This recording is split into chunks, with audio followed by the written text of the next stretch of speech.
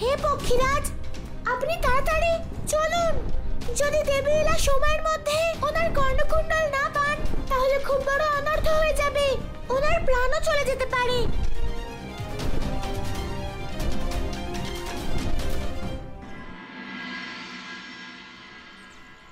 আরে আপনিই তো বলেছিলেন লাঠি নিয়ে আসতে। আরে কালা হয়ে গেলে নাকি? আমি তো কলসি আনতে বলেছিলাম। তাই তো এনেছি। কলসি কলসি। আপনি তুলসী গাছ আনার কথা আবার কখন বললেন? আরে কলসি, দাঁড়াও। এই যে কলসি, এইভাবে এইভাবে জল ভরা হয়, এই যে এইভাবে। কলসি ঠিক আছে, আনছি। মনে হয় কালা হয়ে গেছে।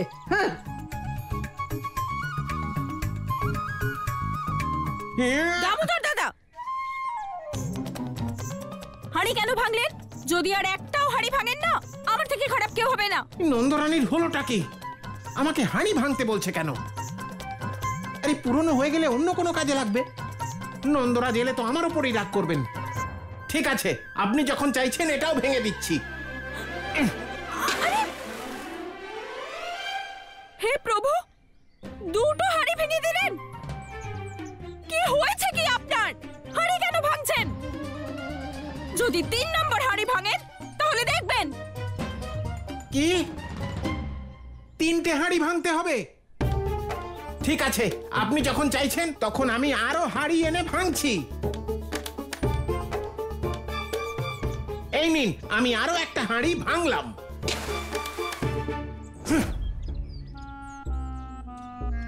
কি হয়েছে কি আপনার? ভুলো মনের সাথে সাথে কথাও শুনতে পাচ্ছেন না। তিনটে হাঁড়ি ভেঙে ফেললেন, কি হয়েছে কি? আপনি চাইছেন আরো 3টে হাঁড়ি আমি ভেঙে ফেলি? ঠিক আছে, আমি আরো 3টে হাঁড়ি ভেঙে দিচ্ছি। দাঁড়ান।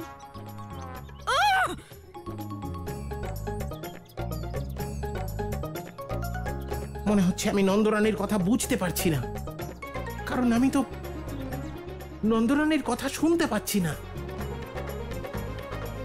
মনে হচ্ছে আমি যা বলছি দামোদর দাদা শুনতেই পাচ্ছেন না। হে প্রভু, কি করব? কাকা, এ তো অদ্ভুত সংকট। কেউ কারো কথা শুনতেই পাচ্ছে না, আমাকে কিছু করতেই হবে।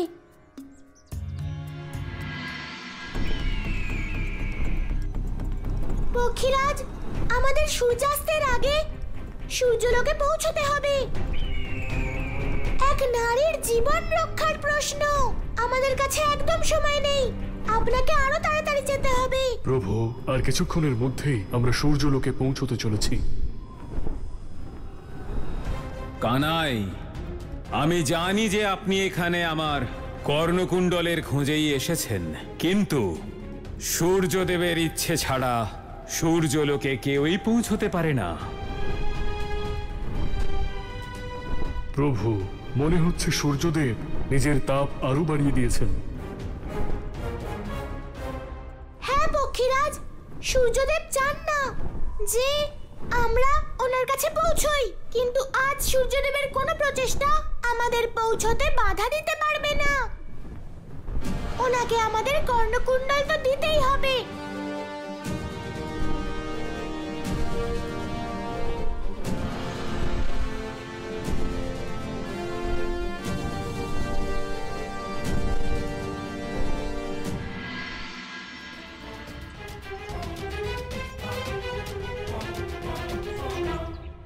রাধা, এ খুব বড় সংকট।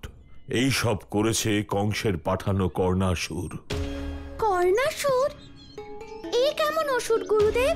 কর্ণাসুর এমন এক অসুর যার মধ্যে মানুষের শ্রবণ শক্তি ছিনিয়ে নেবার ক্ষমতা আছে, আর সেই ক্ষমতার বলেই সমগ্র বৃন্দাবনবাসী শ্রবণ শক্তি সে ছিনিয়ে নিয়েছে। গুরুদেব, এখনো পর্যন্ত বৃন্দাবনে যত অসুর এসেছে তারা মানুষের বিনাশ করতে এসেছে, বস্তু নষ্ট করতে এসেছে। এ কেমন অসুর যে সবার সোনার শক্তি ছিনিয়ে নিচ্ছে? রাধামা, আমি কি করে তোমাকে বলি যে এই কর্ণাসুর তোমার ক্ষতি করবার জন্যই বৃন্দাবনে এসেছে, যাতে কানাই গুরুকুলে কলাবিদ্যা না সম্পূর্ণ করতে পারে। গুরুদেব, কি হলো বলুন, কিভাবে বিনাশ করা যাবে কর্ণাসুরকে? রাধা, ওকে শুধুমাত্র তুমিই আটকাতে পারো। গুরুদেব, আমি কি করে আটকাবো কর্ণাসুরকে? আমি তো দাদার কানাইয়ের মতো যুদ্ধ করতে পারি না। রাধামা, কখনো কখনো অস্ত্র ছাড়াও সংকট কাটানো যায়। তোমায় লক্ষ্মী শঙ্খ প্রাপ্তির জন্য দেবী লক্ষ্মীর আরাধনা করতে হবে। লক্ষ্মী শঙ্খ? হ্যাঁ রাধামা, শোনো, কর্ণাসুর দেবী লক্ষ্মীর শত্রু। সে যে আসরিক শক্তির প্রয়োগ বৃন্দাবনের ওপর করেছে, সেই শক্তির প্রভাবকে একমাত্র মা লক্ষ্মীর শক্তি খণ্ডন করতে পারে। কিন্তু গুরুদেব, মা লক্ষ্মী কি আমাদেরকে সাহায্য করবেন? রাধামা, যদি সত্যি কেউ মন দিয়ে মা লক্ষ্মীর আরাধনা করে, তবে মা লক্ষ্মী অবশ্যই তাকে সাহায্য করেন। গুরুদেব, আমি বুঝে গেছি আমাকে কি করতে হবে। আজ্ঞা দিন গুরুদেব।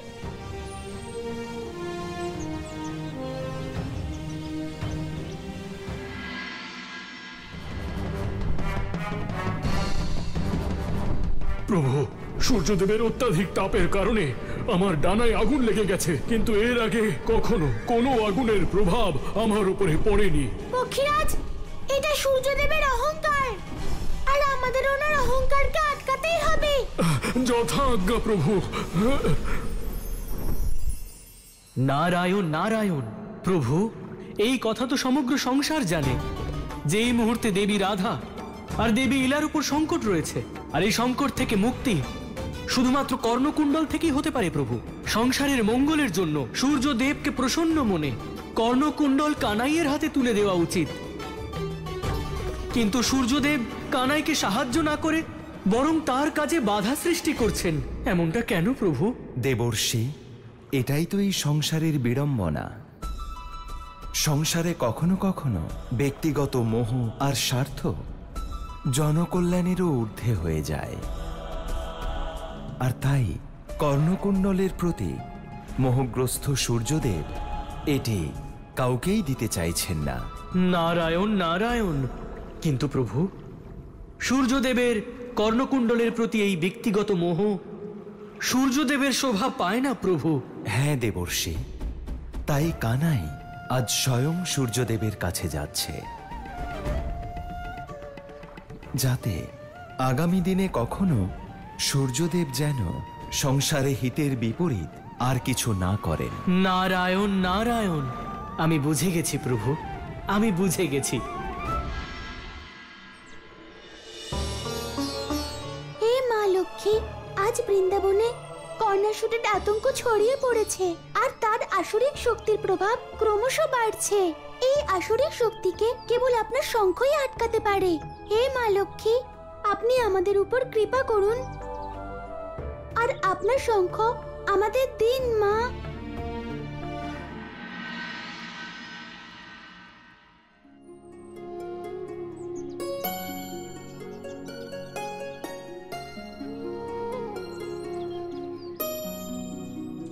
মা, আমাকে সাহায্য করো মা, আমাকে সাহায্য করো।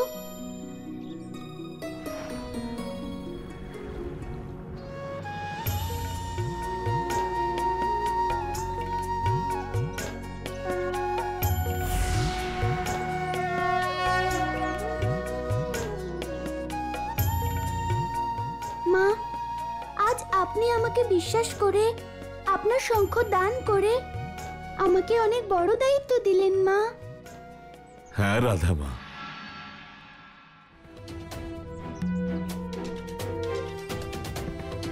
সংসার থেকে অধর্মের বিনাশের দায়িত্ব এখন তোমার। যাও রাধামা, বিলম্ব করো না, যাও, আর মা লক্ষ্মীর এই পবিত্র শঙ্খের পবিত্র ধ্বনি দিয়ে বিনাশ করো কর্ণাসুরের অধর্মকে। যথা আজ্ঞা গুরুদেব।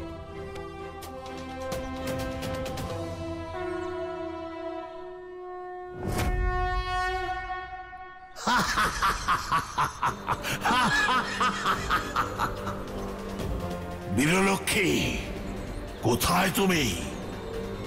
আমি কখন থেকে তোমার ওই রূপের প্রতীক্ষায় আছি। এখন তো আমি ওই বৃন্দাবনবাসীদের শুধু শ্রবণ শক্তি নিয়েছি। যদি তুমি আমার সামনে প্রকট না হও, আমি ওদের বাণীও ছিনিয়ে নেব। এ আমি প্রথম আর শেষবারের মতো সাবধান করছি। অধিক সময় নেই তোমার কাছে।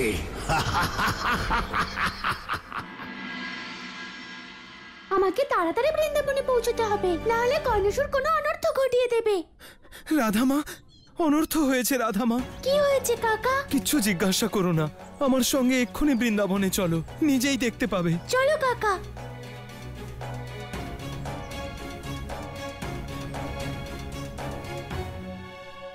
কানে শুনতে পাচ্ছ না, কিন্তু চোখে তো দেখতে পাও।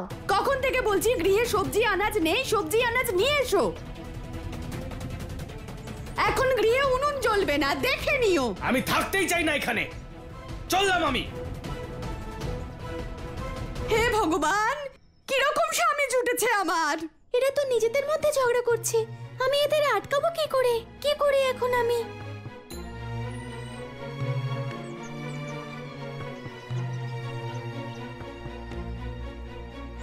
দামোদর দাদা, আপনি এতগুলো হাঁড়ি ভেঙে ফেললেন, এক্ষুনি এখান থেকে বেরিয়ে যান, আর কখনো আসবেন না। বেরিয়ে যান, আমি আপনার মুখও দেখতে চাই না। কি জানি কি হয়েছে নন্দরানীর, এক তো আমাকে দিয়ে এতগুলো হাঁড়ি ভাঙালেন, এখন আবার বিড়বিড় করে কি বলে যাচ্ছেন, উল্টে আমার উপর রাগও দেখাচ্ছেন। এখন এখানে দাঁড়িয়ে আছেন, আমি বুঝতেই পারছি না আপনি কি বলছেন। দেখলে রাধামা, হঠাৎ করে সবার ব্যবহারই বদলে গেছে। কাকা, মনে হয় কর্ণাসুরের আসুরিক শক্তির প্রভাব এদের উপর গভীরভাবে পড়েছে। প্রথমে তো ওরা শুনতে পাচ্ছিল না, এখন এদের প্রত্যেক কথায় রাগ বেড়ে যাচ্ছে। যদি এদেরকে সময় থাকতে আটকানো না যায়, তাহলে ওরা যুদ্ধ শুরু করে দেবে, আর এটাই তো কর্ণাসুর চায়। কিন্তু আমরা এদের আটকাবো কিভাবে? কাকা, সবাইকে আটকানোর আর ঠিক করার উপায় এই লক্ষ্মীর শঙ্খে আছে, আর এখন আমাদের গ্রামের মধ্যে গিয়ে এই শঙ্খকে বাজাতে হবে, যাতে এর ধ্বনি সবাই শুনতে পায়।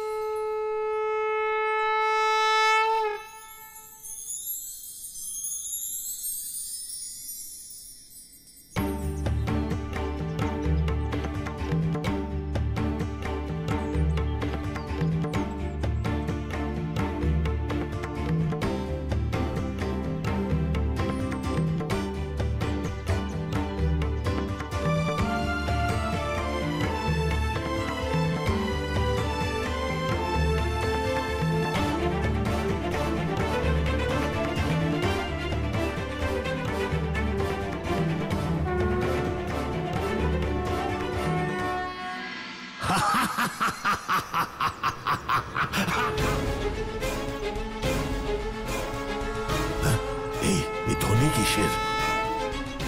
এ তো লক্ষ্মী শঙ্খের ধ্বনি। এ কে বাজাচ্ছে?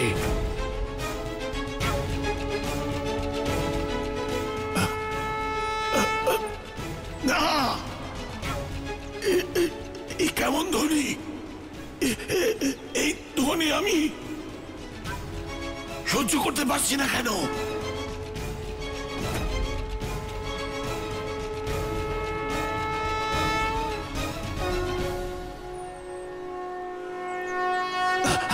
বন্ধ করো, বন্ধ করো এই ধ্বনি।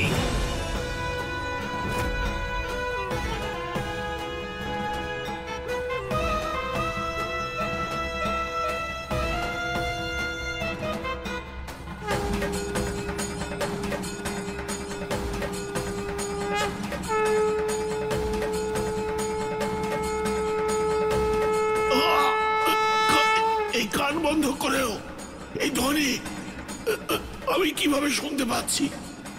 এ কেমন মায়া! এ তো লক্ষ্মীর শঙ্খধ্বনি, আর লক্ষ্মীর শঙ্খ কেবল লক্ষ্মীর অবতার রাধাই বাজাতে পারে। লক্ষ্মীর শঙ্খের ধ্বনিতে তো কর্ণাসুরের শক্তি নিষ্ক্রিয় হয়ে যাবে।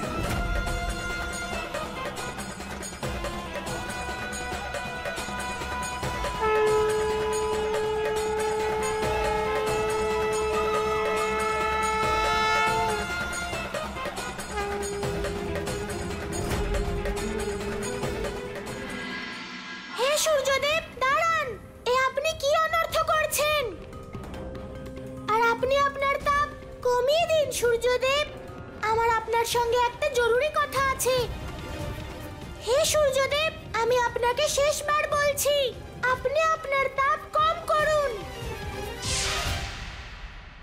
হে কানাই, আমি আপনার এখানে আসার কারণ জানি, তাই বরং সোজা প্রসঙ্গে চলে আসি।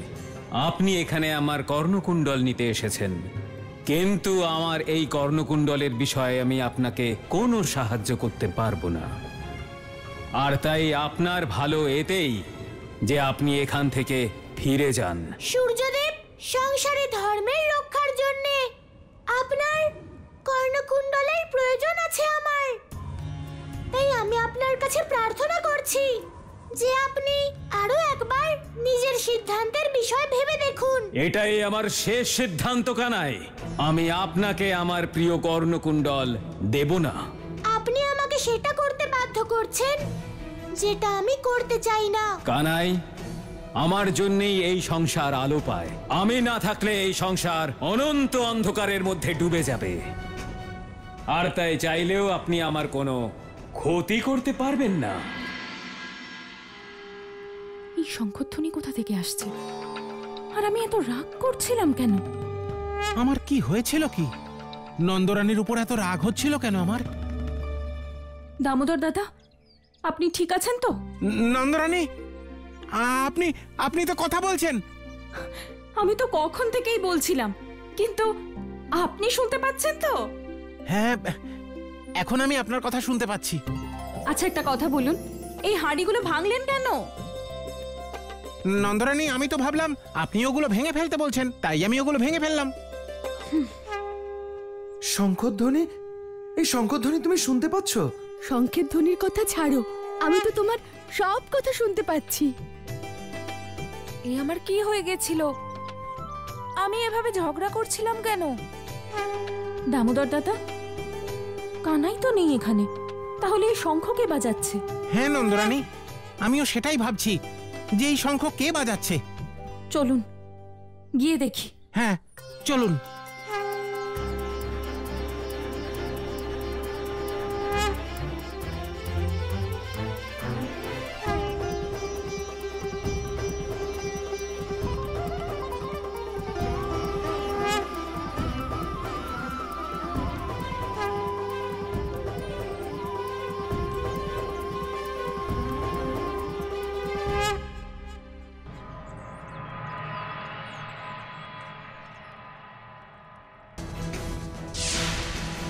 প্রভু, সূর্যদেব নিজের অহংকারে অন্ধ। আমার ডানায় আগুন লাগার ফলে আমি দুর্বল হয়ে পড়েছি। আপনি কিছু করুন প্রভু, কিছু করুন। पक्षीराज, दंभ कभू न कीजिए, दंभ पतन आधार, दंभ चढ़ा श्री रावणा, राम कीन संहार।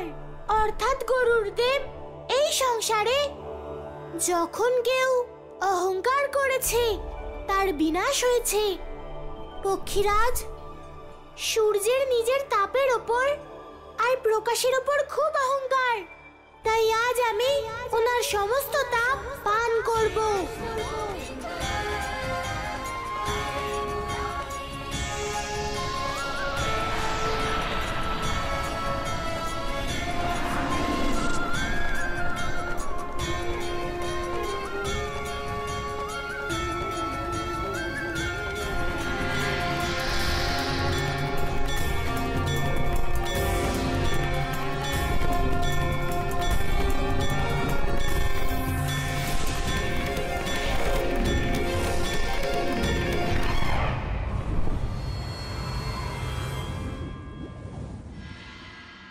প্রভু, আমাকে ক্ষমা করে দিন প্রভু, আমাকে ক্ষমা করে দিন। আমাকে নিজ উদর থেকে বাইরে বের করুন, না হলে আমি ধ্বংস হয়ে যাব। সূর্যদেব, যদি আপনি আমার প্রশ্নের উত্তর না দেন তাহলে আমি আপনাকে আমার উদরে চিরকালের মতো সমাহিত করে নেব। আমাকে ক্ষমা করে দিন প্রভু, আমি আপনার প্রত্যেক প্রশ্নের উত্তর দেওয়ার জন্য প্রস্তুত, কিন্তু আপনি আমাকে বাইরে বের করুন প্রভু। ঠিক আছে সূর্যদেব।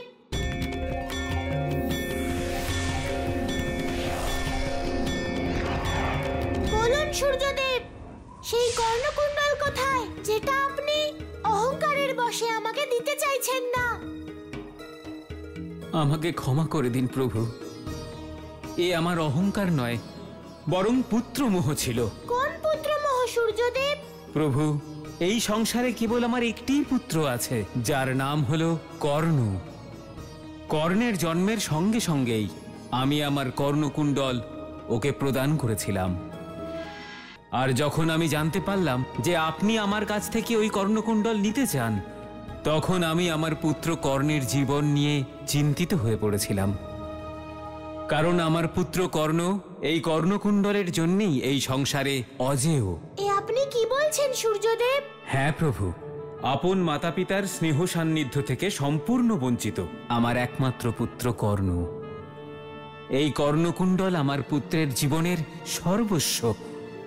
প্রভু, আমি আপন পুত্রের জীবনের সর্বস্ব আপনাকে কি করে দিয়ে দিতাম? সূর্যদেব, আপনি চিন্তা করবেন না, আপনার পুত্রের কোনো ক্ষতি হবে না। ও সংসারে সর্বদাই সর্বশ্রেষ্ঠ থাকবে। প্রভু, আমার পুত্র এখন হস্তিনাপুরে অধীরথের গৃহে রয়েছে, আর ওই কর্ণকুণ্ডলও আপনি ওখানেই পাবেন।